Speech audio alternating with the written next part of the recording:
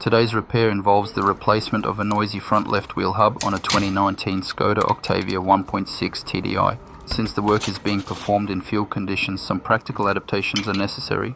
After removing the wheel, the driveshaft retaining bolt is loosened using a modified 24mm box wrench. The wrench has been shortened on one side to accommodate an extension pipe, providing additional leverage required to loosen the fastener. Next, remove the two protective plastic caps from the rear of the brake caliper. Underneath them are the guide pin bolts, which require a 7mm Allen key. Insert the Allen key into the guide pins and loosen both bolts. Once removed, the brake caliper assembly, together with the brake pads, can be lifted away from the brake disc.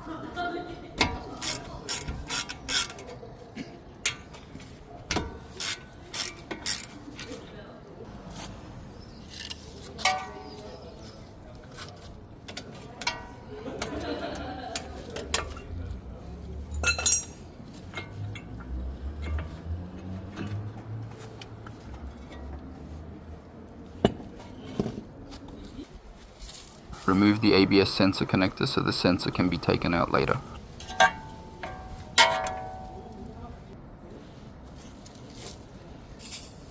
Apply penetrating oil to the 3 lower control arm bolts and let it soak in before removal.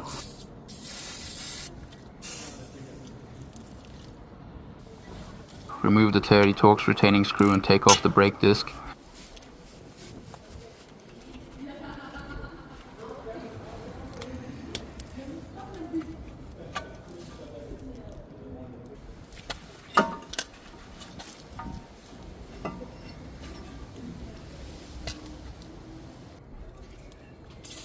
Next, apply penetrating oil directly to the 3 wheel hub mounting bolts located at the rear of the hub assembly. These bolts are often exposed to corrosion, so it is important to soak them thoroughly and allow the penetrating oil time to work. While the oil is penetrating the threads, we can continue with the disassembly process. The 3 lower control arm nuts, which were treated earlier, are now ready to be removed. We can proceed with loosening and removing these fasteners before returning to the hub bolts.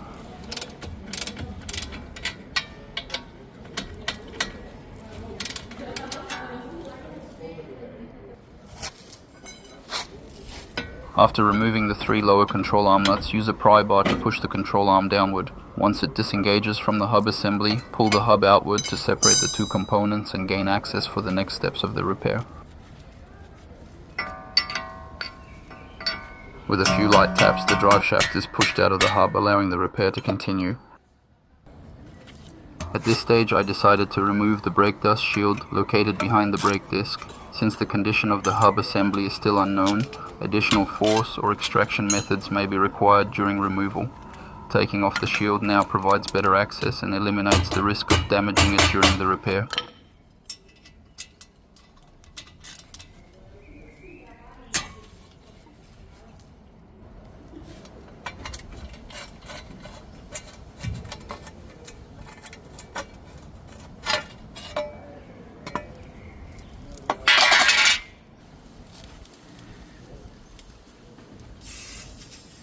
Now apply penetrating oil around the ABS sensor. This is a delicate component, so it should be removed carefully. Work it gently from side to side while continuing to apply penetrating oil.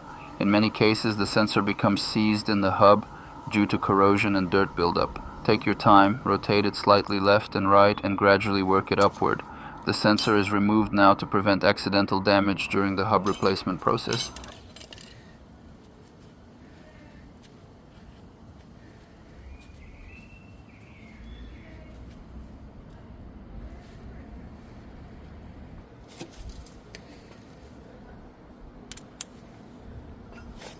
Now it's time to remove the wheel hub itself, and the penetrating oil has had enough time to work. We are using an M12 spline bit together with a long ratchet for extra leverage. Make sure the bit is fully inserted into the bolt head before applying force. This is important, as a loose fit can damage the splines and make removal much more difficult. With the tool properly engaged, all 3 hub bolts come loose without any problems. After a few careful strikes to the hub, it finally breaks free from the steering knuckle. At this point, the hub can be pulled out and removed from the vehicle, bringing the disassembly stage to a successful conclusion.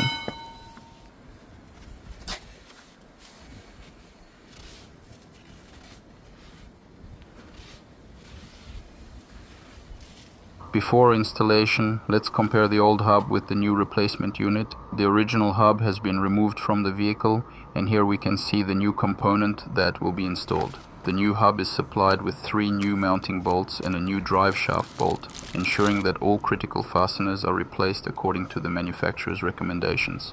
With all the necessary parts prepared and ready, we can now proceed with the installation process.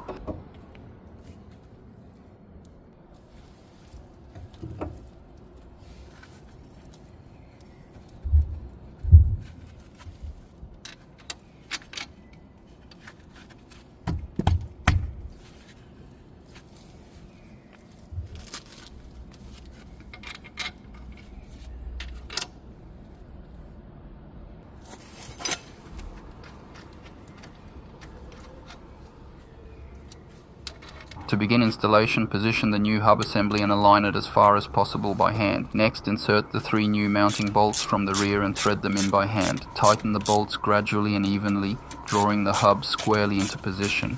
Once the hub is fully seated and the gap is completely closed, the mounting bolts can be tightened to their final specification.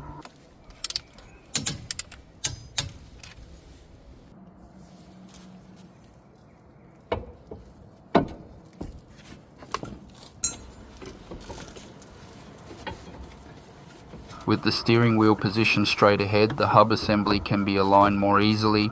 Pull the hub outward, use a pry bar to push the lower control arm down, and carefully guide the drive shaft back into the hub splines. Push it in by hand as far as possible, then install the new drive shaft bolt and tighten it lightly. This helps draw the drive shaft into the correct position and keeps everything properly aligned for the final assembly.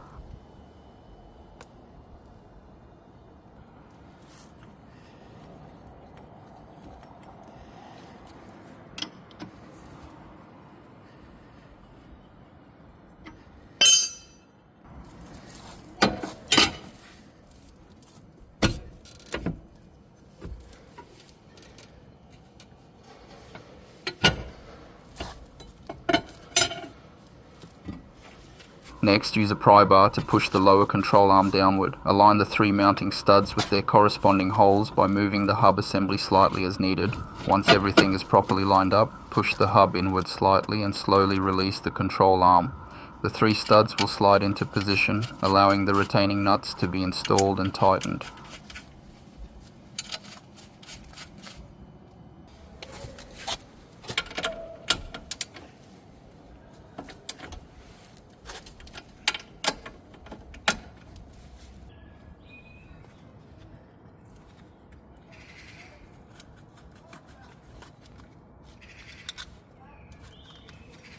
Now reinstall the ABS sensor, secure it with its retaining bolt and reconnect the electrical connector.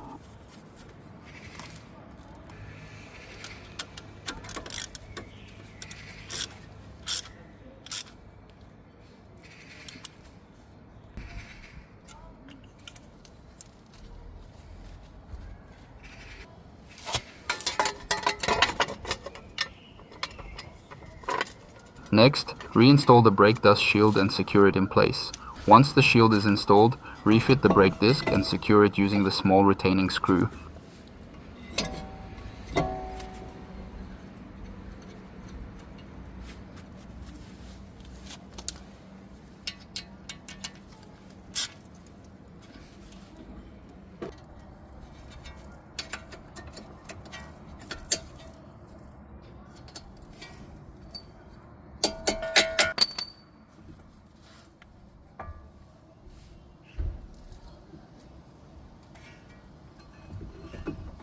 Next, carefully position the brake caliper assembly with the brake pads back into place. Align the guide pins with their mounting holes, press the caliper into position and tighten the guide pin bolts securely. Once everything is tightened, reinstall the 2 protective plastic caps.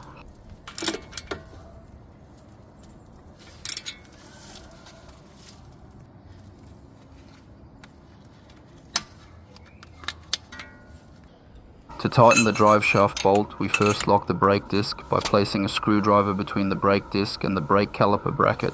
This prevents the hub from rotating while torque is applied. Using the modified wrench together with the extension pipe for additional leverage, the drive shaft bolt can then be tightened securely. In workshop conditions, a dedicated holding tool would normally be used, but for this field repair, this method works effectively while avoiding unnecessary load on the drivetrain. The new wheel hub is installed, all components have been reassembled, and the wheel is back in place. The repair is now complete. For this field repair, I used a modified 24mm box wrench, cut to fit an extension pipe for additional leverage, along with a basic socket set and an M12 spline bit. No special workshop equipment was required, just practical tools, patience, and the right approach. If this video helped you save time, save money, or avoid mistakes, like and subscribe to stay updated with future videos. Thanks for watching. Now I'm off for a test drive.